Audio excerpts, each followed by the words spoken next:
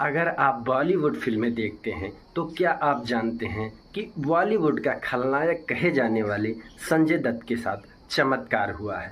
हालांकि पिछले कुछ वर्षों में इनका बुरा वक्त भी रहा। यह जेल में रहे। जेल से निकलने के कुछ ही वर्षों बाद पता चला कि इन्हें भयानक कैंसर जैसी घातक बीमारी हुई है, जिसका इलाज कराने के लिए यह विदेशों के भी चक्कर लगा रहे थे। मुंबई में भी इलाज चल रही थी, ऐसा भी सुनने में आया।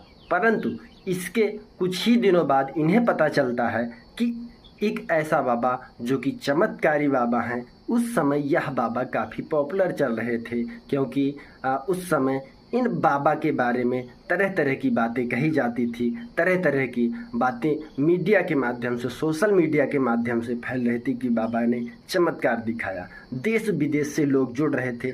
तभी संजय दत्त, जो कि कैंसर की बीमारी से परेशान थे, वह संजय दत्त पहुंचते हैं चमत्कारी बाबा बागेश्वर धाम सरकार।